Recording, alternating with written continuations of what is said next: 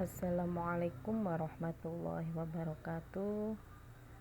Perkenalkan, nama saya Nalin Munjia. Saya akan menjelaskan materi tentang istiqomah dan ikhlas, materi kelas 7.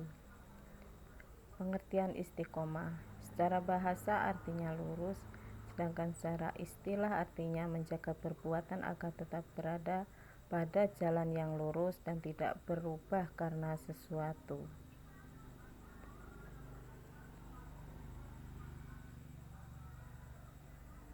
Sedangkan pengertian istiqomah dalam Islam yaitu menjaga iman dan takwa di jalan Allah dengan tetap beribadah, menjalani semua perintah Allah dan menjauhi larangannya, sehingga kita tetap berpegang teguh pada jalan Allah. Apa yang menjadi dasar hukum istiqomah? Yang pertama, Quran surat Fussilat ayat 30.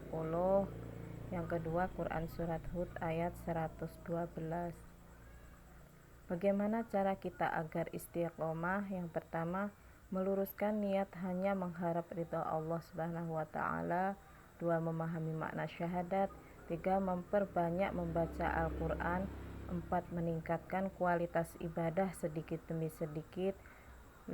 Bergaul dengan orang-orang yang soleh. 6. Berdoa dan berzikir kepada Allah Subhanahu wa taala. Kemudian apa itu keutamaan istiqomah? Yang pertama, dilapangkan rezekinya oleh Allah Subhanahu wa taala. Seorang muslim yang istiqomah di jalan Allah selalu dimudahkan rezekinya. Yang kedua, diberikan rasa aman dan diangkat rasa sedihnya. Yang ketiga, ditunjukkan jalan yang lurus. Kemudian materi yang kedua, ikhlas. Ikhlas artinya menjalankan semua perintah Allah dengan tulus tanpa mengharap imbalan apapun. Yang diharapkan hanyalah ridho Allah Subhanahu wa ta'ala.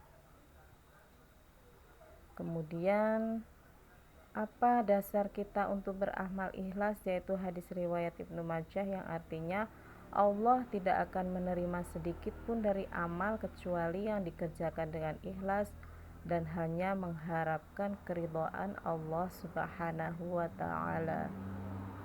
Bagaimana cara diri kita membiasakan ikhlas? Yang pertama, mencoba beramal baik ketika tidak ada orang lain yang melihat.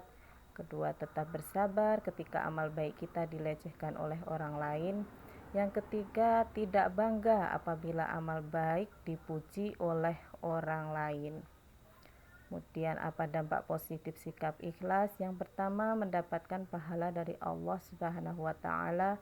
Kedua, merasa puas dan bahagia karena telah menjalankan perintah Allah dan Rasul-Nya.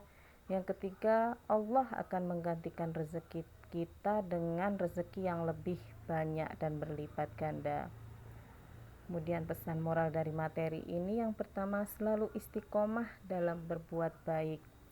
Kemudian yang kedua, dalam berbuat baik haruslah ikhlas, hanya mengharap ridha Allah Subhanahu wa taala tanpa mengharap imbalan apapun.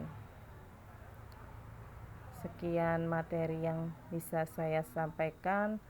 Terima kasih. Wassalamualaikum warahmatullahi wabarakatuh.